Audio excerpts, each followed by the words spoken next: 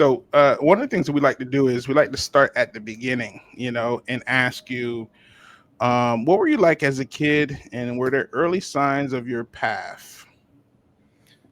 Definitely, man. I look back on that, and everybody doesn't know, but my father was a Cleveland Brown, played for the Browns back in the late '70s. My mother was a college professor.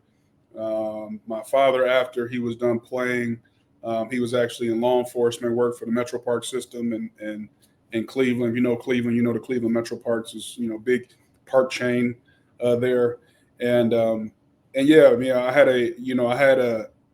I always had this figure that I was following, which being my dad and what he had done in his past in football and athletics.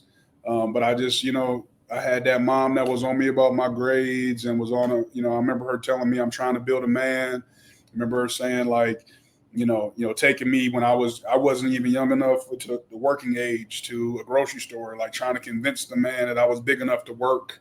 And and I think before I made the NFL, I had 11 jobs, man, because she was just that push that I always had, and yeah, that just it always propelled me. And wherever I went, I was able to get on the field, early and often, and play to a certain level. And um, you know, really not being around football because my dad kind of had closed that chapter, but just being around what was possible, right? And meeting friends that were his and realizing these are just humans, right? And not people that needed to be feared or something you couldn't accomplish. And I had a great support system growing up. So kudos to them for putting me in place, man. It's on them and my God for putting me in place